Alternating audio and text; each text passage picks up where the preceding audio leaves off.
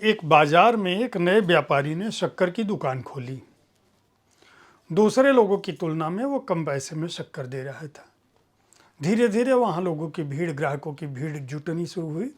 दूसरे व्यापारियों को अजीब तो लगा, लेकिन उन्होंने सोचा कि कुछ दिन में यह दुकानदार ग्राहक बढ़ाने के लिए ये कोशिश कर रहा है, बाद में ये शक्कर के दाम बढ़ा देगा। कई महीने बीत गए, उस व्यापारी ने शक्कर के दाम नहीं बढ़ाए। नतीजा ये हुआ कि सारे शहर के ग्राहक उसकी दुकान से सामान लेने लगे। उसकी दुकान के आगे बहुत भीड़ लगने लगी। आखिर व्यापारियों की एक मंडली जुटी और उन सबों ने उस व्यापारी को बुलाकर यह पूछा कि आखिर तुम कमाई कैसे करते हो? तुम जहाँ से शक्कर खरीदते हो वहीं से हम खरीदते हैं। हम मुनाफा रखते हैं तो दाम बढ़ जाता है। तुम बिना मुनाफे के उसी मूल्य पर शक्कर कैसे बेच पा रहे हो जिस मूल्य पर खरीद रहे हो? तुमने सारे ग्राहक तोड़ दिए। उस दुकानदार ने कहा कि दरअसल मैं शक्कर से नहीं कमाता, मैं बोरियों से कमाता हूँ। पहले खाली बोरी बेचने पर मुझे 50 रुपये बचते थे। शुरुआत में मैं केवल 5 बोरी बेचता था, अब मैं 1000 बोरियाँ बेचता हूँ। इस तरह से यह मेरी छुपी हुई कमाई है। दरअसल जिस पुस्तक के साथ मैं उपस्थित हूँ, उस पुस्तक का संदेश यही है कि श्रेष्ठता के क्या लाभ हो सकते हैं। नमस्कार, मैं हूँ जयप्रकाश पांडे। यह कार्यक्रम है साहित्य तक के बुक कैफे का एक दिन एक किताब, और आज जिस पुस्तक के साथ मैं उपस्थित हूँ वह है डॉक्टर उज्ज्वल पाटनी की पुस्तक पावर थिंकिंग। पॉजिटिव थिंकिंग से आगे अब पावर थिंकिंग अपनाइए। पाटनी का दावा है कि इस पुस्तक के दिए गए सूत्र के आधार पर कोई भी व्यक्ति अपनी जिंदगी को बदल सकता है। वह जिंदगी किस तरह से बदल सकता है, इसके लिए वह बाकायदा उसका एक प्रारूप देते हैं। उनका कहना है कि यह कुछ ही छोटी छोटी चीज़ों के बदलाव से आपकी ज़िंदगी के अंदर बदलाव हो सकते हैं। उनका कहना है कि सब लोग कहते हैं कि पॉजिटिव थिंकिंग करनी चाहिए, पॉजिटिव थिंकिंग करनी चाहिए, लेकिन हर व्यक्ति अगर पॉजिटिव थिंकिंग करेगा तो उससे बात बनेगी नहीं, बल्कि आपको पावर थिंकिंग करनी होगी। और वह पावर थिंकिंग क्या है, इसके लिए वह बाकायदा इस पुस्तक में उसके सिद्धांत देते हैं। किस तरह से आप पावर थिंकर बन सकते हैं उसको बताते हैं। किस तरह से आप क्रांतिकारी कदम उठाकर और अपने आप पर नियंत्रण रखकर वह सफलता पा सकते हैं, जिस सफलता का स्वप्न दूसरे लोग देखते हैं। उन्होंने पहले अध्याय में ही उन बातों का उल्लेख किया है कि कैसे उनका जीवन इस तरह के विचार से बदला। उनका कहना है कि मैं डॉक्टर था और अच्छी कमाई कर रहा था, मरीज आते थे, दिन रात सुबह से बैठता था और क्लिनिक पे और शाम तक देर रात तक काम करता था। कई साल काम करने के बाद मुझे लगा कि मैं यह क्या कर रहा हूँ, मेरी दिनचर्या एक जैसी हो गई। आखिर मुझे बदलना चाहिए। बदलने के लिए उनका कहना था कि वह बदलाव क्या होना चाहिए। बहुत सोचने के बाद उन्होंने इस पुस्तक को लिखा। इस पुस्तक की शुरुआत में ही उनका कहना है, और इस पुस्तक की शुरुआत नहीं, उन्होंने जीवन के तमाम पक्षों को अलग अलग समय पर लिखा और कहा। उनका कहना है कि सबसे पहले यह सोचना शुरू किया कि मैं परफेक्ट नहीं हूँ। परफेक्ट क्यों नहीं हूँ? उनका कहना है कि मेरे माता पिता के सिर से साया हट गया, मैं अनुशासित नहीं रहा, अब भी देर रात तक पुस्तकें लिखता हूँ, टीवी देखता हूँ, मोबाइल पर शतरंज खेलता हूँ, समय पर कभी नहीं सोता, ढेर सारी चाय पीता हूँ। यानी ये परफेक्ट होने की निशानी नहीं है। उनका कहना है कि मेरा कमरा बिखरा रहता है, मुझे हर चीज़ ढूंढनी पड़ती है, घर वाले मुझे सलीकेदार नहीं मानते, अक्सर पूरे कपड़े और मोजे पहनकर सो जाता हूँ, यानी मैं परफेक्ट नहीं हूँ। उनका कहना है कि मैं ज़्यादा लोगों से मेल जोल नहीं बढ़ा पाता, शादियों के कार्यक्रम में कम जाता हूँ, लोगों से मिलता कम हूँ, अपने घर लोगों को कम बुलाता हूँ, अक्सर लोग मुझसे नाराज़ रहते हैं, यानी मैं परफेक्ट नहीं हूँ।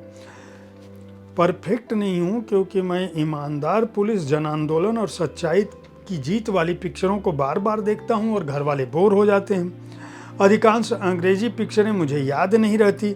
उनका कहना है कि इमोशनल पिक्चर देखना एक ट्रेजेडी की तरह होता है और मैं जो है मेरी आंखों के कोर जो है गीले हो जाते हैं। इस तरह की जीवन की छोटी छोटी बातों को लिख के उन्होंने कहा है कि इन तमाम कमियों के बावजूद, जिनकी बात वो कह रहे हैं कि मैं परफेक्ट नहीं हूँ लेकिन क्या फ़र्क पड़ता है, यहाँ उनका कहना है कि इन सारी चीज़ों के बावजूद मैं एक सफल डॉक्टर था और उसके रूप में मुझे बहुत सराहना मिली। लेकिन बाद में उनको लगा कि यह जीवन में एक रास्ता हो गई है और वे एक मोटिवेशनल स्पीकर के रूप में, एक लेखक के रूप में सामने आए। तो उनकी ज़िंदगी विश्व रिकॉर्ड उन्होंने बनाया और पावर थिंकिंग का सिद्धांत आज आपसे बांट रहे हैं। अब ये पावर थिंकिंग के सिद्धांत में उनका कहना है कि बहुत कम लोग इस धरती पर ऐसे हैं जो पैदाइशी दावा करते हैं कि मैं भी वीआईपी हूँ। लेकिन सच बात यह है कि इस धरती का हर इंसान जिसके पास 2 आँखें, 2 पैर, 2 हाथ, दिमाग है, वह भी वीआईपी है। इसके लिए वो कहते हैं कि दरअसल एक बार दिव्यांगों के एक सम्मेलन में वो गए और उन्होंने देखा कि जिनके हाथ नहीं थे वो पैरों से लिख रहे हैं, जिनके पैर नहीं थे वो हाथ से कुछ कर रहे हैं, जिनकी आंखें नहीं हैं वो कान से कुछ कर रहे हैं। उनका कहना था कि हर व्यक्ति के पास जो कुछ नहीं था, उन अपनी कमियों के, खामियों के बावजूद वह कुछ कर रहा था। तो हमें ये सोचना चाहिए कि दुनिया में ऐसे लाखों लोग हैं जिनकी आंखें नहीं हैं, लाखों ऐसे लोग हैं जिनके हाथ पैर नहीं हैं, लाखों लोग ऐसे हैं जो मानसिक रूप से बीमार हैं, विकसित नहीं हैं, लाखों लोग ऐसे हैं जिनके पास चिकित्सा के लिए पैसे नहीं हैं और मर जाते हैं बीमारियों से, लाखों लोग हैं जिनके सिर पर छत नहीं है, लाखों लोग ऐसे हैं जो भूख से दम तोड़ देते हैं, लाखों ऐसे लोग हैं जो कभी स्कूल नहीं जा पाते। उनका कहना है कि ऐसी स्थितियों के बीच में अगर आप सोचते हैं, खुद के बारे में देखें, तो आप पाएंगे कि आप अपने पैरों पर खड़ा हो सकते हैं, अपने हाथों से काम कर सकते हैं, आप देख और सुन सकते हैं, आपके सिर पर छत है, सुबह शाम भोजन की व्यवस्था है, तो आप भी वीआईपी हैं। जो चीज़ आपके पास नहीं है उसके लिए दुख महसूस करने की बजाय जो चीज़ आपके पास है उसकी कद्र करना सीखिए। और यहीं से उन्होंने बात को आगे बढ़ाया। उनका कहना है कि ज़िंदगी का शुक्रिया अदा करिए, अपने आप से प्रश्न पूछिए, आपके प्रश्नों की डिज़ाइन होना चाहिए। उनका कहना है कि हर व्यक्ति को ये सोचना चाहिए कि उसके भीतर कौन से गुण हैं और कौन सी कमियां हैं। दूसरा प्रश्न अपने आप से ये पूछना चाहिए कि हम जीवन में पाना क्या चाहते हैं। तीसरा है कि जीवन के किन बीते हुए हिस्सों से सीखने की ज़रूरत है। हमारे आसपास, मेरे भी आसपास ऐसे लोग हैं जो गलती पर गलती करते रहते हैं लेकिन सीखते नहीं।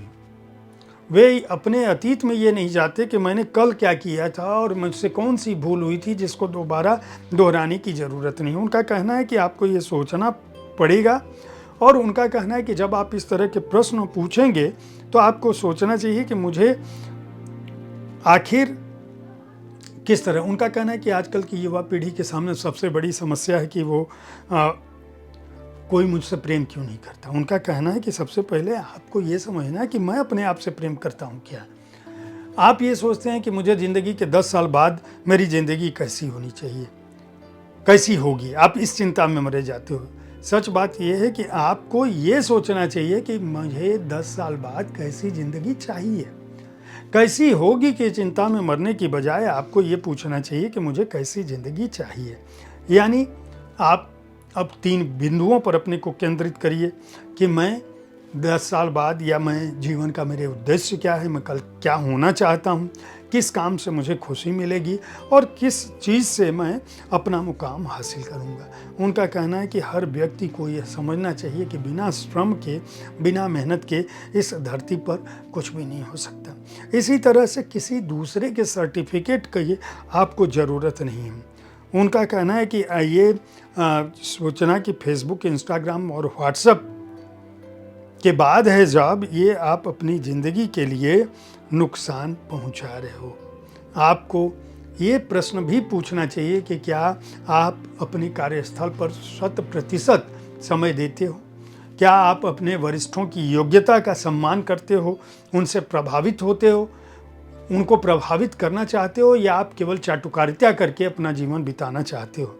क्या आप अपने ऑफिस में अपने व्यक्तिगत फ़ोन, ईमेल, चैटिंग, घरेलू गॉसिप आदि में ऑफिस का वक्त लगाते हो? उनका कहना है कि इन चीज़ों पर आपको ईमानदारी से सोचना चाहिए।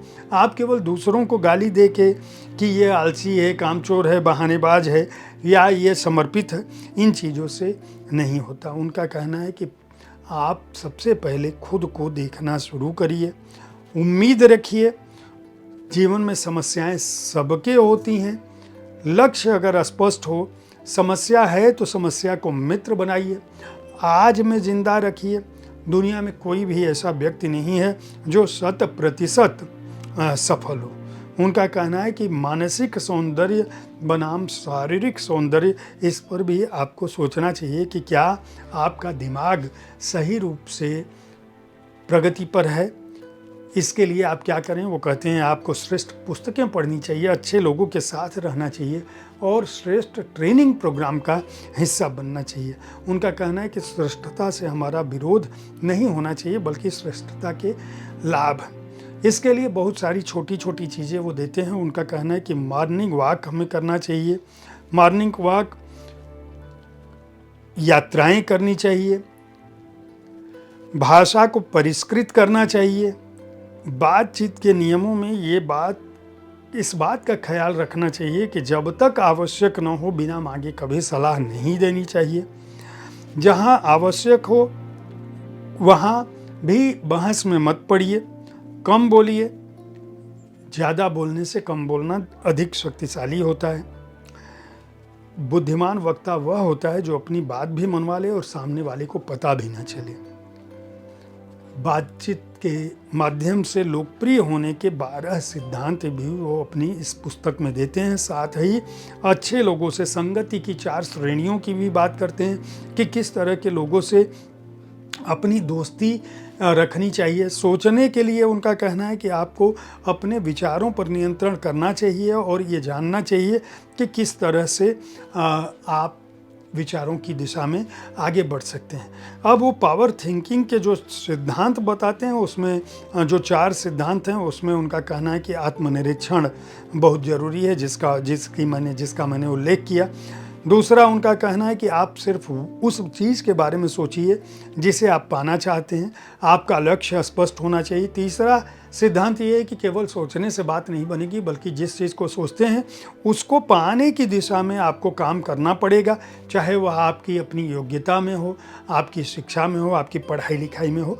और चौथा सिद्धांत उनका ये है कि जब आप जिस चीज़ को सोचते हैं, जो लक्ष्य तय करते हैं, उसको पाने के लिए जब आप प्रयास करते हैं तो उसका जो भी परिणाम आता है उसकी जिम्मेदारी आपको स्वयं पर लेनी पड़ेगी, स्वयं पे विचार करना पड़ेगा।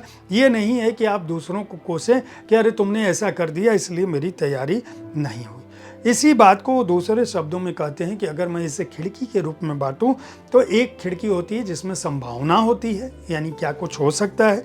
दूसरी खिड़की है पहल, यानी क्या मैं कर सकता हूं। और तीसरी खिड़की है ईमानदार आकलन करना कि मैं क्या कर सकता हूं। उनका कहना है कि ये इन स्थितियों पर जब आप आगे बढ़ेंगे तो यानी आपकी जीवन यात्रा चल निकली है, तब आप उसके समाधान के बारे में भी सोच सकते हैं कि पावर थिंकिंग से हमारे जीवन में क्या कुछ बदलता है। वे बाकायदा इस पुस्तक में उन्होंने आपके आत्मनिरीक्षण के लिए एक वर्कशीट भी दी है और वर्कशीट के बाद जब वो कदम आप पूरा कर लेते हैं तो वो पावर थिंकर बनने के दूसरे कदम की ओर बढ़ते हैं। उसके लिए भी वो बाकायदा इस पुस्तक में चेतन मन, अचेतन मन, स्वास्थ्य, विचार और आपकी कार्य योजना से संबंधित बातें हैं। अब 8 क्रांतिकारी कदम भी वो बताते हैं और वो क्रांतिकारी कदम ये है कि हर महीने आप इडियट दिवस मनाइए, आलोचक मुर्दाबाद और प्रेरक जिंदाबाद का नारा लगाइए, अपने रोल मॉडल तय करिए, हॉट 25 लिस्ट बनाइए। आपकी MRP क्या है ये आपको पता होना चाहिए, जो दिखेगा वही बिकेगा। आदतों के गुलाम भी बनिए, लेकिन वो आदतें कौन सी हैं उसके लिए आपको ये किताब खरीदनी पड़ेगी। और यह ज़िंदगी क्या है, इस अध्याय में वो ये बताते हैं कि दरअसल ज़िंदगी को सही ढंग से देखने और समझने की ज़रूरत है। उनका कहना है कि दुनिया में जो भी सफल लोग हैं उनके व्यक्तित्व विकास में यह पुस्तक एक महत्वपूर्ण योगदान कर सकती है। डॉक्टर उज्ज्वल पाटनी की यह पुस्तक प्रभात प्रकाशन से प्रकाशित है। इसका मूल्य 350 रुपये है और पृष्ठ संख्या इस पुस्तक की है 220। उम्मीद है साहित्य तक का यह एपिसोड आपको पसंद आया होगा। इस कार्यक्रम में आप किस तरह की पुस्तकों की चर्चा चाहते हैं उसके बारे में अपनी राय से हमें अवश्य अवगत कराएं। हमारी कोशिश होती है कि विविध विधाओं की पुस्तकों के साथ आपके पास मैं हर दिन पहुंचूं, ताकि आप उन पुस्तकों का चुनाव कर सकें जिन्हें आप पढ़ना चाहते हैं। कल ठीक इसी समय ऐसे ही किसी एक पुस्तक के साथ मैं फिर उपस्थित होऊंगा। देखते रहिए साहित्य तक। धन्यवाद।